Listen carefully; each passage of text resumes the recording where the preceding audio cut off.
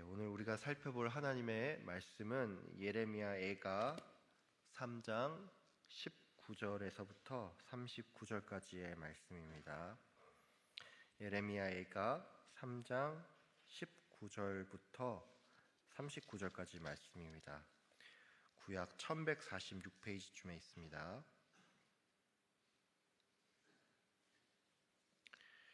제가 하나님의 말씀을 봉독하겠습니다. 내 고초와 재난 곧 쑥과 담즙을 기억하소서. 내 마음이 그것을 기억하고 내가 낙심이 되오나 이것을 내가 내 마음에 담아 두었더니 그것이 오히려 나의 소망이 되었사옴은 여호와의 인자와 긍휼이 무궁하심으로 우리가 진멸되지 아니함이니이다.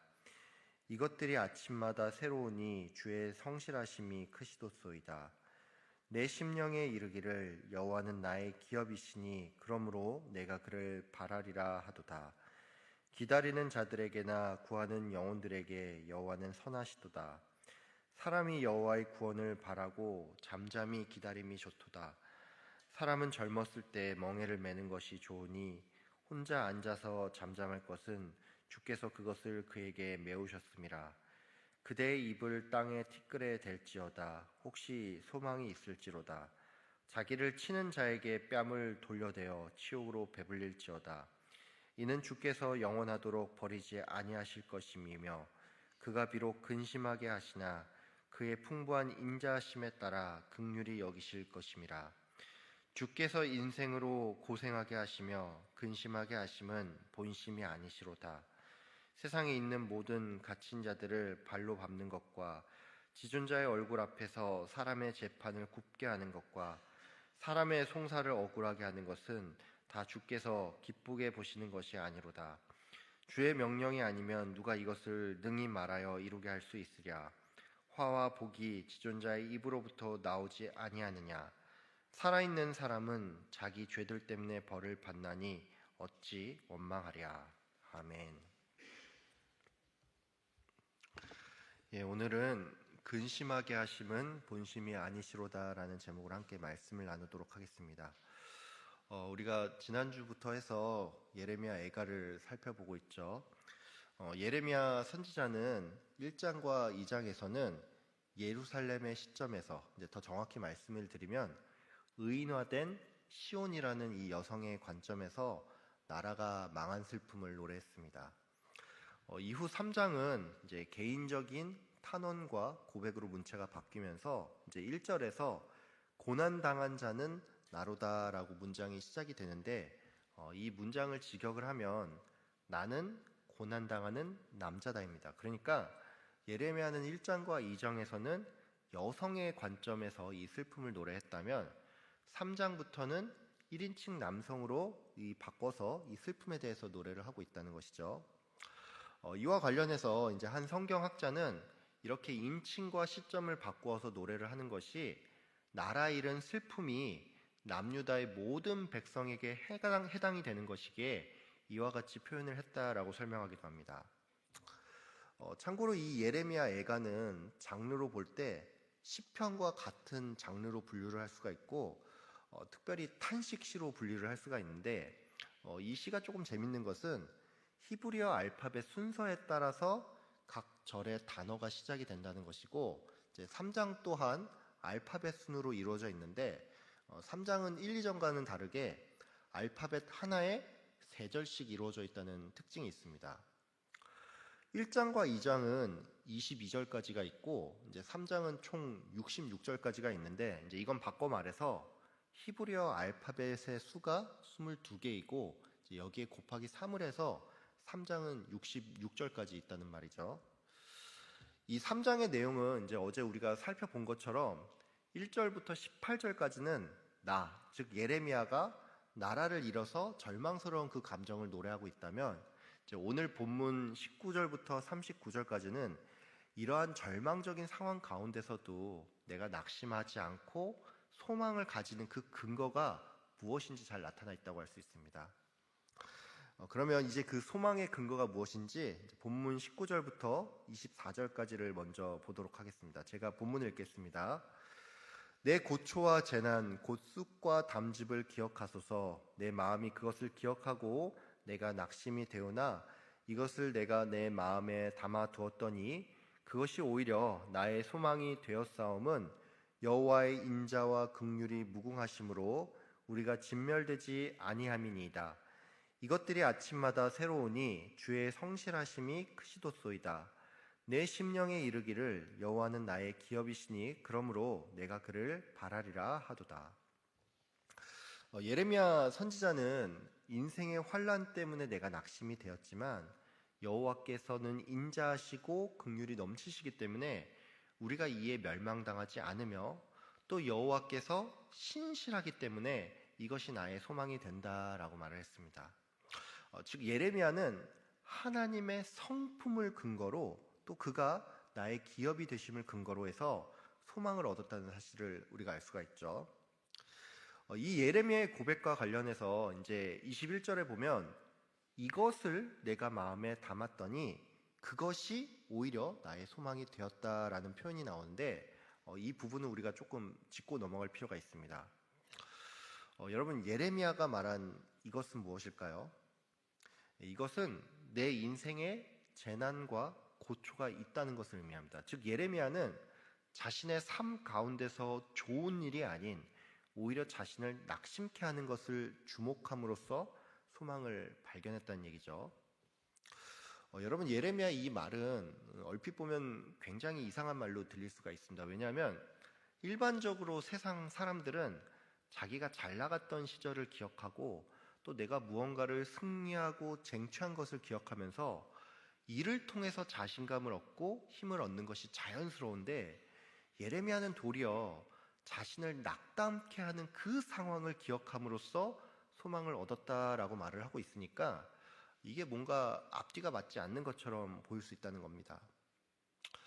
이 세상은 보통 긍정의 힘을 말하지 부정적인 것을 기억하고 또 그것을 주목하면 사람이 실패할 수밖에 없다라고 말을 합니다. 서점에 가면은 굉장히 많은 자기계발 서적들이 있죠. 이 서적들을 보면 알 수가 있지만 대체로 이 세상에서 나름 성공을 거둔 사람들은 긍정적인 말과 긍정적인 생각이 성공의 키워드라고 얘기를 합니다. 이것은 멀리 갈 것도 없이 우리의 경험에 비춰볼 때도 맞는 얘기입니다. 여러분 한번 생각을 해보세요. 우리가 사회생활을 하다 보면 주변에 꼭 한두 명씩 굉장히 부정적인 말과 생각을 하는 사람들이 있죠. 이렇게 부정적인 사람들은 주변 사람들마저 부정적으로 물들일 뿐만이 아니라 가장 큰 문제는 이런 사람이 많을수록 이 조직이 잘 돌아가지를 않는다는 것입니다. 그러니까 우리의 상식에 비추어 볼 때도 예레미야의 이 발언은 다소 이해하기 힘든 지점이 있다는 것입니다. 여러분 근데 이게 가능한 것은 결국은 우리가 성도이기 때문입니다. 여러분 성도는 내가 얼마나 가망이 없는 존재인지를 주목할수록 도리어 희망이 생기는 사람들입니다. 성도인 우리가 나 자신을 보면서 또한 내 상황과 형편을 보면서 내가 제법 괜찮은 인간 같고 또 이 정도면 좀 살만하다라고 느낀다면 이것은 오히려 굉장히 절망적인 상황이라고 할 수가 있습니다. 내가 제법 괜찮게 느껴진다라는 말은 다른 말로 내가 지금 통회하는 심령이 없다는 것을 의미합니다. 즉 영적인 의미에서 지금 내가 둔감해져 있으니 내가 제법 괜찮은 사람처럼 보이고 그렇다 보니까 이 하나님 앞에 나와서 무릎을 꿇지 않는다는 얘기죠. 나의 상황과 형편이 또한 괜찮게 느껴진다라는 것은 다른 말로 내가 지금 좀 먹고 살만하니 하나님을 전적으로 의지할 필요를 못 느낀다는 말입니다. C.S. 루이스는 어떤 한 사람의 신앙 수준은 역경이 아닌 도리어 순탄할 때 더 잘 드러난다라고 말을 했습니다. 여러분 이게 무슨 말일까요? 내가 힘들 때는 내 마음이 힘드니까 하나님께 나오고 하나님을 의지하지만 내가 좀 살만하다 또 괜찮다라고 느낄 때는 나의 신앙 수준에 따라서 하나님께 나오지 않고 하나님을 의지하지 않게 될 수도 있다는 것입니다. 저는 바라기는 저와 여러분 모두가 내가 정말 하나님 없이는 얼마나 비참한 존재인지를 깨달았으면 합니다. 성도는 영적으로 민감할수록 나의 가망 없음을 발견합니다. 우리가 점진적인 성화를 말을 하죠. 이 점진적인 성화는 영적인 관점에서 볼 때는 내가 더욱더 하나님께 진일보하는 일이지만 이것은 역설적이게도 내가 살면 살수록 나에게 그 어떤 희망도 없다는 사실을 더욱더 절감하는 일입니다. 여러분 인생에 소망을 얻고 싶습니까? 그렇다면 나의 가망 없음을 먼저 주목하시고 또 나의 상황과 형편이 나를 구원할 수 없다는 사실을 기억하면서 오직 하나님만 의지하는 가운데 소망을 얻는 여러분들이 다 되시길 바랍니다. 예레미야 선지자는 이후 25절에서 33절까지 하나님께서는 자기 백성을 징계하며 또 근심을 주시기도 하지만 이것은 결코 하나님의 본심이 아니니 성도가 인내하며 멍에를 메고 또 회개를 하는 것이 우리의 소망이 된다라고 말을 했습니다. 이 25절부터 33절까지를 읽다 보면 우리가 조금 받아들이기 힘든 부분이 있습니다. 그게 뭐냐면 이제 30절에 자기를 치는 자에게 뺨을 돌려대어서 치욕으로 배불릴지어다라는 구절이 있는데 이 부분은 이제 우리의 감정상 왠지 조금 받아들이기 힘들다는 것이죠. 성도가 보통 나의 어떤 죄악이나 잘못에 의해서 인생의 어려움을 겪는다면 우리는 그때 이것은 나의 잘못이 맞으니 내가 회개하고 징계도 감수하면서 인내해야 한다라고 그렇게 생각을 합니다. 그런 의미에서 25절과 26절에 나온 잠잠히 기다리라라는 말과 또 27절과 28절에서 나온 멍에를 메고 있으라라는 명령은 우리가 그다지 어렵지 않게 받아들일 수가 있다는 것이죠. 또한 29절에 보면 입을 땅에 티끌에 대라라는 말이 나오는데 이게 무슨 말이냐면 얼굴이 땅에 닿을 만큼 고개를 바짝 숙이고 회개를 하란 말입니다. 성도는 이런 회개까지는 어렵지 않게 할 수가 있습니다. 문제는 30절에 나오는 것처럼 누군가가 와서 나를 공격할 때 내 뺨을 돌려대서 더 맞고 치욕을 배부르게 받는 일은 도무지 용납할 수가 없다는 것입니다. 마태복음에 보면은 예수님께서 악한 자들을 대적하지 말라라고 하면서 누구든지 너의 오른뺨을 치거든 왼편도 돌려대라라는 말이 나오죠. 근데 여러분 이 예수님의 명령은 악을 악으로 갚지 말라라는 그 말에서 그 맥락에서 한 말이기 때문에 문자적으로 정말 그렇게 하라는 말이 아닙니다. 산상수훈의 많은 명령들은 이걸 문자 그대로 해석하고 실천을 하면 큰일이 납니다. 예수님께서는 너의 오른 눈이 너를 실족하게 하거든 너의 눈을 빼버리라 라고 명령을 하셨죠. 이 명령은 죄를 그만큼이나 미워하고 죄악된 환경을 정리하라는 말이지 이것을 말 그대로 너의 눈을 빼라는 그 명령이 아닙니다. 만약에 여러분 우리가 이 명령을 그렇게 받아들인다면 여기 계신 분 중에 장님이 아는 분이 한 분도 안 계시겠죠. 그런 의미에서 우리가 누군가에게 오른뺨을 맞았을 때 이 왼뺨도 돌려대라 라는 말은 악을 악으로 갚지 말고 거기서 끝내라는 말이지 여러분이 진짜로 누군가에게 맞았을 때 갑자기 얼굴을 딱 돌려서 여기도 한번 때려봐 이렇게 말을 하면서 쓸데없이 매를 벌라는 말이 아닙니다. 문제는 오늘 이 예레미야 애가의 본문이 말하고자 하는 바가 정말로 내가 누군가로부터 공격당하고 치욕을 당했을 때 이것을 있는 그대로 다 받고 견디라는 의미인데 그런 의미에서 우리가 이 명령은 좀 받아들이기가 힘들다는 것입니다. 하나님께 징계를 받아서 내가 고난을 당하고 또 인내하면서 회개하는 것은 충분히 가능한데 누가 나를 공격하거나 또 내 인격을 모독하는 일은 이 둘이 별개의 일처럼 보이니까 이거는 우리가 견디기가 힘들다는 것이죠. 근데 여러분 우리가 이 지점에서도 치욕을 그대로 받고 또 감내해야 하는 까닭은 사람을 통한 환난이 역시나 하나님께로부터 말미암았기 때문입니다.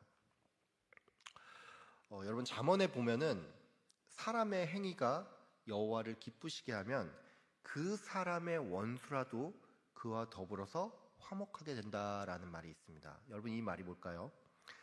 내가 원수와 화목하게 되는 것이 내가 그 사람과 좋은 관계를 맺었기 때문이 아니라 내가 하나님과 화평할 때, 즉 하나님의 말씀에 순종하는 삶을 살 때 하나님께서 인간 관계도 그렇게 풀어주신다는 것이죠. 이것은 반대의 경우도 마찬가지입니다. 사무엘하 7장에 보면 하나님께서 다윗과 언약을 맺으면서 만일 너와 너의 후손이 죄를 범한다면 내가 사람의 매와 인생의 채찍으로서 징계하겠다라는 말씀이 나오죠. 다윗은 밧세바와 간음을 하고 또 그의 충신인 우리아를 죽게 하면서 그의 인생에 풍파가 닥치기 시작했는데 다윗이 겪은 환난 중에는 그의 아들 압살롬이 반역을 하는 바람에 이제 예루살렘에서 도망을 쳐야만 했던 그런 일도 있습니다. 다윗이 도망을 치던 때 시므이라는 사람을 만났는데 이 시므이는 다윗에게 돌을 던지면서 굉장히 악한 말로 다윗을 저주했습니다. 이것을 들은 다윗의 부하가 이 시므이의 목을 자기가 치겠다라고 나섰을 때 다윗은 이것을 막으면서 시므이가 자기를 저주하는 것은 여호와께로부터 말미암았다라고 말을 했다는 것이죠.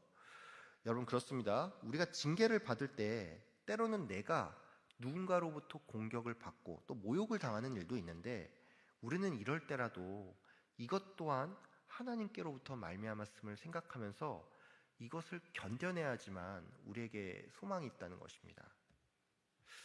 여러분, 혹시 내가 지금 관계의 문제라든지 아니면 어떤 사람들로부터 좀 공격을 당하고 있지는 않습니까?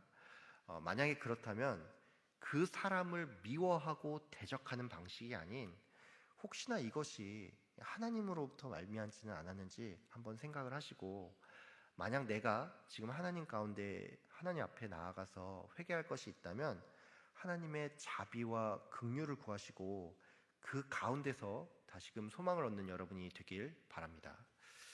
예레미야 이후 34절에서 39절까지 힘없는 자를 억누르고 또 압제하는 것을 하나님께서 기뻐하시지 않는다라고 말을 했는데, 예레미야가 이것을 언급한 까닭은 하나님께서 공의로운 분이기 때문에 너희들이 지금 이렇게 심판을 받고 있지만 바벨론 또한 심판을 받을 것이니 이것을 생각하며 소망을 가지라는 이런 의미가 담겨 있다고 할 수가 있습니다. 예레미야는 마지막으로 37절부터 39절까지 하나님께서 인생의 화와 복을 주관하는 분이시며 죄악을 심판하는 분임을 밝혔는데, 이것이 도리어 우리에게 소망인 까닭은 인생의 어려움도 하나님께서 주신 것이고 또 이에 대한 해결도 하나님께 있으니 우리가 어떤 상황 가운데서도 하나님을 바라볼 때 우리에게 소망이 있다는 것입니다. 여러분, 우리가 인생을 살면서 이런저런 어려움을 겪고 또 하루하루를 살아가고 있죠. 문제가 없고 기도 제목이 없는 성도님이 단 한 분도 안 계신데, 물론 우리가 삶에 어떤 환난이 있을 때 이 모든 것을 다 나의 어떤 잘못이나 죄악 때문이라고 결론 내릴 수는 없겠죠. 특별히 조심해야 할 것은 우리가 이런 잣대를 타인에게 들이대서 이 상대를 함부로 정죄하는 일인데, 이런 일들은 우리가 절대로 해서는 안 되겠지만 적어도 나 자신의 한한서는 내 모든 삶이 하나님의 섭리와 계획 안에 있음을 믿으며 모든 순간 내가 주님 앞에 회개할 것은 없는지 자신을 늘 점검하고 항상 인내하는 여러분이 됐으면 합니다. 제가 여기에 더해서 이제 한 가지만 더 권면을 드리자면, 우리가 결국 하나님을 의지해야 나에게 소망이 있는데, 하나님을 의지한다라는 것은 다른 말로 이제 하나님의 어떠하심을 보고 이것을 근거로 그분을 신뢰한다는 말이죠. 그런 의미에서 여러분 모두 하나님을 아는 일에 힘쓰시는 여러분이 되길 바랍니다. 제가 이와 관련해서 이제 저의 지인 이야기를 하나 좀 드릴까 합니다. 제가 아는 분이 어릴 적에는 예수님을 믿지 않다가 이제 결혼을 하고 나서 이제 뒤늦게 예수님을 믿게 된 분이 있는데, 이분이 처음 예수님을 믿고 나갔던 교회가 이제 합동측 교회였다고 합니다. 근데 그 교회가 어떤 의미로 조금 율법주의적인 교회였다고 합니다. 쉽게 말해서 이거죠. 항상 뭔가를 해라, 또 하지 말라는 그런 명령만 있고 이것을 어길 때 굉장히 큰일이 날 것처럼 가르치는 그런 교회였다는 것이죠. 저는 참고로 이게 절대로 나쁘다고 생각을 하지 않습니다. 왜냐하면 우리가 이 세상으로부터 나 자신과 또 내 신앙을 보호하기 위해서는 이런 것도 분명히 필요하기 때문입니다. 문제는 이 성도님이 처음 교회를 나오다 보니까 어떤 신학적인 깊이도 없고 또 성경도 잘 모르는데, 설교자분이 하필 거의 매주 성도들을 혼내는 설교를 하다 보니까 이분은 하나님을 생각할 때 하나님이 굉장히 무서운 분이라는 그 의식이 강해져서 뭔가를 맡기고 의지하는 것보다는 꼭 내가 뭔가를 해야만 한다는 그런 압박감으로 신앙생활을 했다는 것입니다. 근데 이랬던 저의 지인이 이제 어떤 계기를 통해서 이 마음의 자유함을 얻었다라고 하는데, 그 계기가 뭐였냐면, 자신이 이 성경을 너무나 모른다는 생각이 들어서 성경 통독을 시작을 했는데, 성경을 다 읽고 나니까 그때서야 이 하나님의 마음이 뭔지를 알게 됐고, 하나님이 어떤 분인지를 알게 되면서 이 진정한 의미로 자유함을 얻게 됐다는 것입니다. 여러분, 우리가 하나님께 소망을 두고 살려면 하나님이 어떤 분인지를 알아야 하는데, 그러기 위해서는 결국 말씀을 통해서 하나님을 경험해야 한다는 것입니다. 여러분, 하나님께서는 우리를 사랑하시기 때문에 인생으로 하여금 고생하며 근심하게 하는 것이 그의 본심이 절대로 아닙니다. 징계를 내리지만 징계를 절대로 즐거워하지 않는다는 것이죠. 하나님께서는 또한 우리를 사랑하기 때문에 우리의 모든 죄의 문제를 예수 그리스도 안에서 그분이 단번에 해결하셨습니다. 우리는 다 양 같아서 그릇 행하여 각기 제 길로 갔지만 여호와께서는 우리의 모든 죄악을 그에게, 즉 그리스도에게 담당시키셨습니다. 여러분 모두 말씀을 통해서 하나님께서 나를 정말로 얼마나 사랑하는지 깊이 경험하시길 바랍니다. 말씀을 통해서 내 삶을 그분이 어떻게 인도했는지, 또 징계 가운데서도 나를 살리기를 원하는 그 하나님의 본심을 바라보는 여러분이 되시길 바랍니다. 인생의 고난 가운데서 하나님의 마음을 알고 또 그분을 의지하면서 참된 소망을 얻는 여러분들 되시기를 주님의 이름으로 축복하며 기도합니다. 기도하겠습니다. 참 좋으신 하나님 아버지, 오늘 이 새벽 시간 예레미야 예가의 말씀을 통하여서 하나님의 마음과 본심이 어떤 건지를 알게 하여 주셔서 감사합니다.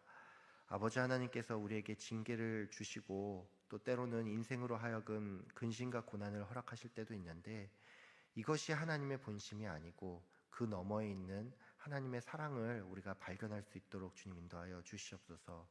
우리가 나 자신을 바라볼 때 또 잘못된 것이 있다면, 또 회개해야 될 것이 있다면 하나님 앞에 나와 무릎을 꿇고 하나님을 의지하게 하여 주시고, 나 자신을 보면서 내가 제법 괜찮은 사람이다, 나의 상황과 형편이 나를 살릴 수 있다, 이렇게 착각하는 것이 아니라 하나님 앞에 내가 얼마나 죄인인지, 내가 얼마나 무력한 존재이고 가망 없는 존재인지 이것을 절감하며 손들고 주님 앞에 나오는 우리 모든 성도님들 될 수 있도록 주님 인도하여 주시옵소서. 다가오는 주일에 하나님 아버지 또 임직식이 있습니다.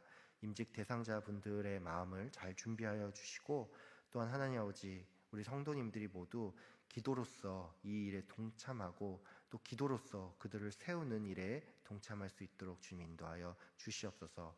하나님 아버지, 아픈 성도님들 많습니다. 하나님, 주님께서 그들을 긍휼히 여겨주시기를 원합니다. 하나님께서 치유의 손길로서 낫게 하여 주시고 회복의 은혜를 부어주시고, 또한 하나님 아버지 우리가 나의 아픔뿐만이 아니라 성도의 아픔을 바라보면서 정말 나의 가족을 바라보는 그 마음으로 기도하며 그 일에 한 마음으로 참여하는 우리가 될 수 있도록 주님 은혜를 내려 주시옵소서. 감사드리며 예수님의 이름으로 기도드립니다. 아멘.